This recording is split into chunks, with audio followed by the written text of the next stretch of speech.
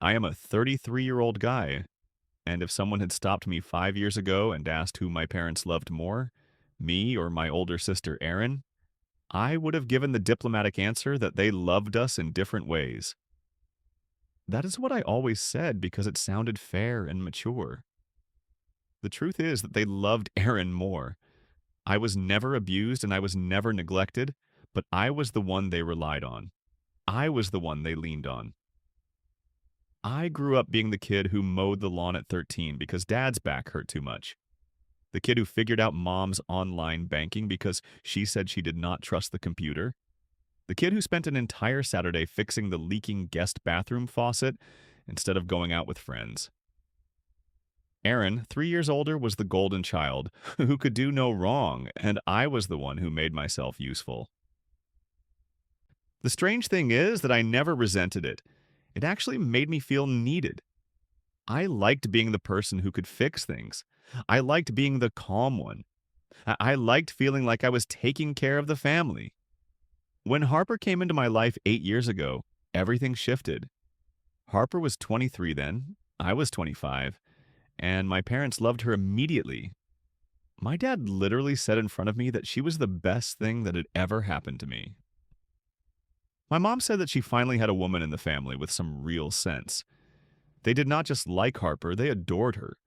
They praised her cooking, her organization, her friendliness, her ability to put together those perfectly assembled casseroles she got from Pinterest that made mom's church friends jealous.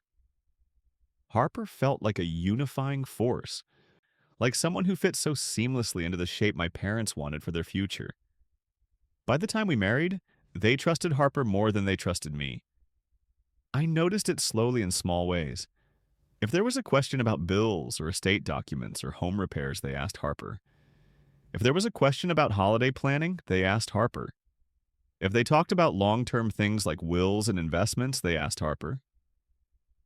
The irony is that I was the one who had managed their passwords and fixed their leaking pipes for years. But once Harper stepped in with her cheerful binder tabs and overzealous budgeting apps, they shifted their entire access to her. Still, I thought nothing of it.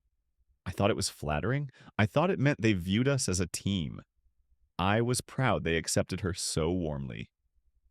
I had no reason then to think anything could ever go wrong. Their house, the one they had lived in since 1995, was a paid-off four-bedroom place in the suburbs of Dayton, Ohio. It was their pride, their nest egg, the thing they bragged about when they talked about retirement. They always said it would be split between me and Aaron one day. When Dad had a small heart scare, nothing major, just enough to frighten them into thinking about mortality, they suddenly wanted to get everything in order. They invited us over for one of their big dinners. I remember the smell of Mom's pot roast filling the entire house. After dessert, they sat us down at the kitchen table, spread out a stack of papers, and told us they needed signatures for some estate planning documents.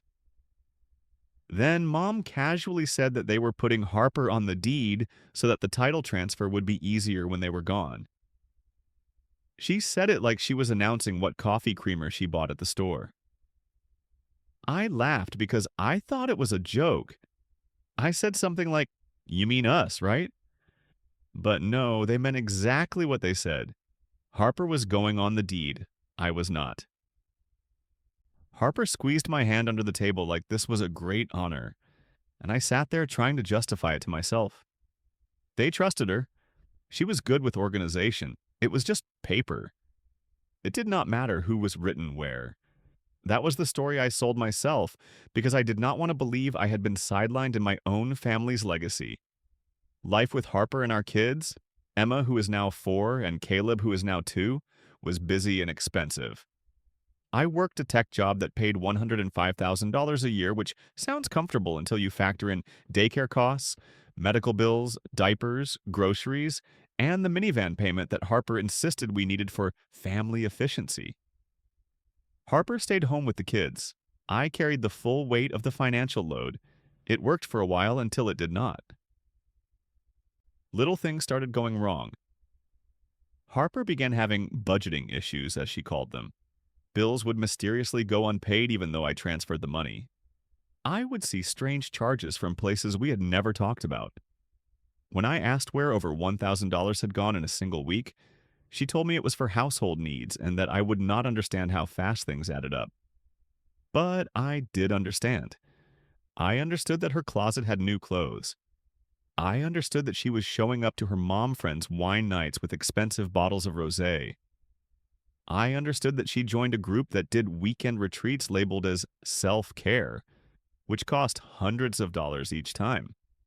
I started noticing our joint account dropping by $300 one week, 500 another, and then $900 charged at a place called Dayton Aesthetic Lounge. I asked her what that was, and she said it was for a confidence thing and that I should be proud that she was taking care of herself. That argument lasted 3 days, and she did not back down once. My parents noticed that we were not as cheerful as usual, and instead of asking me directly, they asked Harper. She told them that I had become emotionally controlling and financially unpredictable. I found out only because Aaron called me after overhearing Harper talking to Mom, asking me quietly if I was all right because she had never heard Mom sound so concerned. That was the first time I realized Harper had created a narrative where I looked like some unstable tyrant.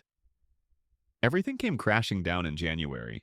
I came home from work, exhausted from a 12-hour day, and found my bags packed and sitting in the hallway. Harper stood with her arms crossed, looking overwhelmed, and told me that I needed to leave for a while and that my parents agreed it was for the best. They arrived within an hour. Mom would not look at me, and Dad kept saying in this rehearsed, calm voice that it would only be temporary and that everyone needed space. Temporary. They said it as if I had been dangerous. They acted like Harper was the victim. I had never raised my voice in front of them, never lifted a hand, never done anything to even hint at aggression. Yet they sided with her immediately. With no other choice, I moved into a cramped one-room rental near my office for $1,150 a month, plus utilities. My savings drained fast. I saw my kids only during scheduled visits that Harper insisted were necessary to maintain stability. My parents talked to me like I was a ticking bomb. Every conversation felt awkward, like they were walking on eggshells around someone they believed had snapped. Then Harper made the mistake that finally exposed everything. She tried to take out a home equity line of credit on my parents' house, using the paperwork she had access to because they had already put her name on things. The bank flagged inconsistencies and contacted my parents. In her panic, Harper told 3 different stories to 3 different people. She told the bank that I had moved out because I was mentally unwell. She told my parents that she had already been given ownership of the house. She told a bank officer that she needed the money because I had drained our accounts. The contradictions unraveled instantly. My parents called me nonstop after that. Suddenly, they believed me. Suddenly, every voicemail was filled with apologies. My mother sobbed and said they did not know. My father said they had been misled. They begged me to come back home and help them fix everything. They begged for forgiveness, for reconnection, for things to go back to how they used to be. But I had nothing left to give. Something fundamental had broken. Harper and I divorced in March. Custody was a battle but ended at 50% each. I learned during the legal process that Harper had borrowed money from several friends using stories about needing emergency medical procedures. I learned she spent over $3,500 on something called manifestation coaching. I learned that she had been lying not only to me but to nearly everyone around her. Yet the deepest wound did not come from her. It came from my parents. When Harper lied about me, they believed her immediately. They handed her their trust, their home, their security, and they doubted their own son without hesitation. They defended her lies until the lies affected their assets. I still talk to them, but I do not go over. I do not fix their fences. I do not repair their computers. I do not help with their paperwork. Every day they ask when we can all go back to normal. There is no normal anymore. A lot of people ask whether my parents ever actually explained why they trusted Harper over me. I used to think the answer was simply that they liked her more or that she fit some fantasy image of the daughter they had always wished they had. But there was more to it, and I heard the truth in pieces over several awkward conversations that took place after the dust had mostly settled. The first explanation came from my dad. He asked to meet for coffee in late spring, probably because a neutral place felt less like a battlefield. I agreed because part of me still hoped there was a version of events where I understood how everything had gotten so twisted. When I walked into the cafe, he looked older than he had only a few months before. Stress ages people, but guilt ages them more. He spent the first 5 minutes stirring a coffee he never drank, then finally said that Harper had looked like she had everything together in a way that I never did. He tried to say it gently, but the meaning was unmistakable. Harper looked polished. I looked tired.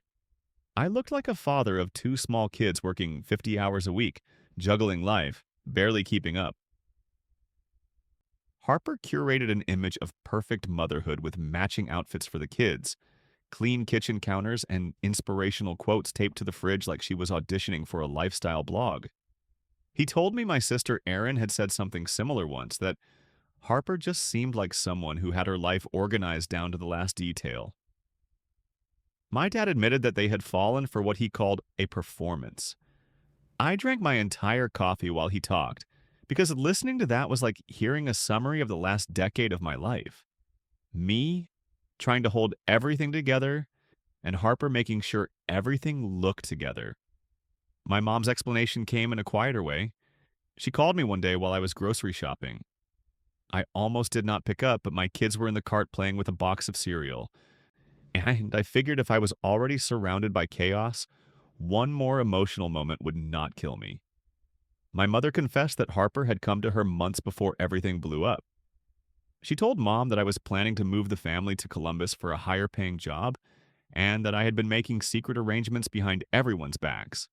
What hurt most was that the job offer had been real, a solid opportunity that would have helped us financially. And I had turned it down solely because Harper insisted she did not want to uproot the kids or move away from the support system she said she valued. My mother believed her version completely. She said Harper had looked stressed and afraid when she told the story, as if she was trying to protect the children from a reckless plan I was concocting on my own. My mother said she had been heartbroken thinking her son had chosen career ambition over family stability. And all the while, Harper was twisting the truth into something unrecognizable. Looking back, I realized that Harper understood my parents better than I ever did. She knew exactly what stories would get their sympathy, what performances would pull at their instincts. She leaned into being the soft-spoken, overworked mother. She leaned into being the woman who always showed up with homemade banana bread and color-coded planners. She leaned into being someone they saw as selfless and anxious and in need of protection. And when she fed them lies, the lies fit the role she had already auditioned for. My parents never openly said that they chose her version of reality because it made more sense to them, but they did not need to. It was obvious. Harper told them what they already believed, that she was steady and reliable, and that I was impulsive and overwhelmed.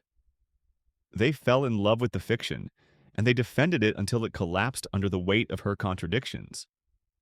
I stay civil with them now, but distance feels safer. Not punishment, not revenge, just self-preservation. Something in me refuses to go back to being the son who fixes everything, literally and emotionally. Something in me shut down the day they stood in my doorway and watched my then wife tell me to leave, and they acted like it was the natural consequence of my supposed instability.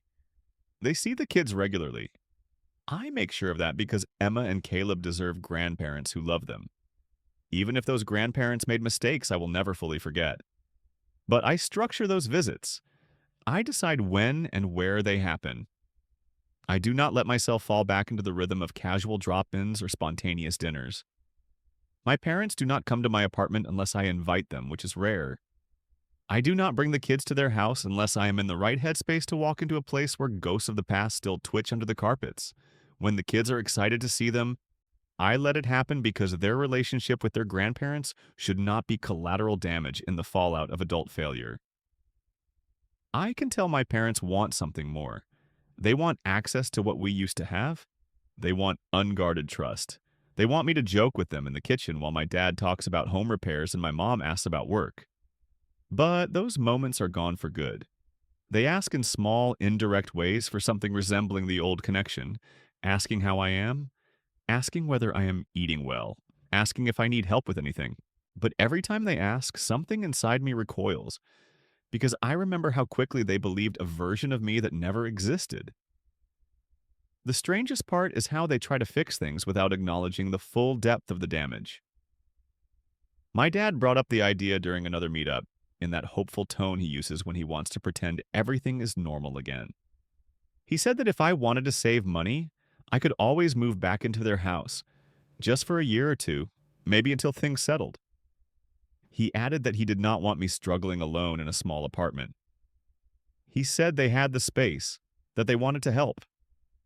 I listened to him stumble through the offer, and I realized he still did not understand that the house was the symbol of everything that had unraveled. It represented the trust they handed to Harper, the trust they refused to give to me, the trust that only mattered to them once money was involved. I told him no. I said it plainly, calmly, without anger or explanation. I did not owe a speech about boundaries or forgiveness or emotional healing. I owed myself peace. So when he asked if I would consider it, I said no. I did not elaborate. The divorce finalized faster than I expected. There were no last-minute reconciliations, no dramatic courtroom scenes, no emotional confessions that changed anything. Harper signed her papers, I signed mine, and the chapter that had once felt like the entire foundation of my adulthood simply ended. She moved into a rental townhouse across town with a new boyfriend, a guy from her mom group who, according to mutual acquaintances, thought Harper was an angel because she showed up to events with homemade iced coffee kits and color-coordinated diaper bags. Their relationship collapsed in 6 weeks when he realized those gestures came with conditions, expectations, and emotional traps. I heard he told a friend that Harper turned every disagreement into a crisis, and that she acted as though every minor inconvenience was someone else's fault. In other words, she tried the same routine on him that she had perfected in our marriage. Eventually, he stopped answering her texts and she had to move again. While her life continued to unravel, mine slowly stabilized. Work gave me a much-needed promotion to senior systems analyst, bumping my salary up to $128,000. For the first time since everything fell apart, I felt like I could breathe. I bought a small 2-bedroom condominium close to my kids' school. It is not large and it is not fancy, but it is mine. It does not echo with lies. It does not hold memories of people believing the worst about me. It smells like fresh paint and new beginnings. The kids love it because I let them decorate their rooms however they want. Emma covered her wall with animal stickers, and Caleb insisted on a giant poster of construction trucks. The condo feels peaceful in a way I had forgotten a home could be. My parents saw me building this new life and decided, once again, that the way to fix the past was through the house. The same house they once planned to sign over to Harper. The same house that started half the fallout. They offered to give it to me officially. They claimed it was to make things right, to repair what had been broken, to show me that they trusted me, not her. They said they wanted to hand it over while they were still alive, so there would be no confusion later. I know they meant well, but the offer felt like a bandage slapped onto a scar that ran much deeper. I told them I did not want it. I said that if they wanted to put it in someone's name, they should put it in a trust for Emma and Caleb. Not for me, not for Harper, not for themselves, for the kids who deserve stability without strings attached. My mother cried again when she heard that. This time, the tears did not come from guilt or fear, but from something that looked like relief. A few days later, they started the paperwork. Even with that gesture, I keep my boundaries. I have learned that distance is not punishment, it is clarity. I see my parents regularly enough for my kids to maintain a strong bond with them, but I no longer let myself slip into the role of the problem solver. I do not fix their computers. I do not fix their fences. I do not drop everything because they expect me to. I show up when it matters for the kids, not because obligation pulls me like a puppet on strings. One unexpected thing happened last week. Caleb had forgotten his backpack at their house during a visit, and I drove over to pick it up. Walking into that house felt surreal, like stepping into a museum of a life I no longer live. Everything looked smaller, quieter, older. The furniture had not changed, but the atmosphere had. The place once felt like the center of my world. Now it felt like a place I used to orbit around before I found my own gravity. My dad followed me to the driveway when I was leaving. He said that they missed having me around. I told him that I missed who we used to be, but that we were not those people anymore. He nodded, and for the first time, he truly understood what I meant. It was not a rejection, it was a truth. The trust finalized a few days ago. The house that caused so much chaos will one day belong to Emma and Caleb. Not me, not Harper, not my parents. My sister Erin texted me after she learned about it. She said that I did the right thing and that I broke the cycle of guilt and obligation they expected from me. She was right. I do not hate my parents. I do not resent them anymore. I am simply done being the person who steps in to fix everything because they assume I always will. Now, I fix things only for the people who deserve it. My kids, myself, my future. And for the first time in my life, that feels like enough.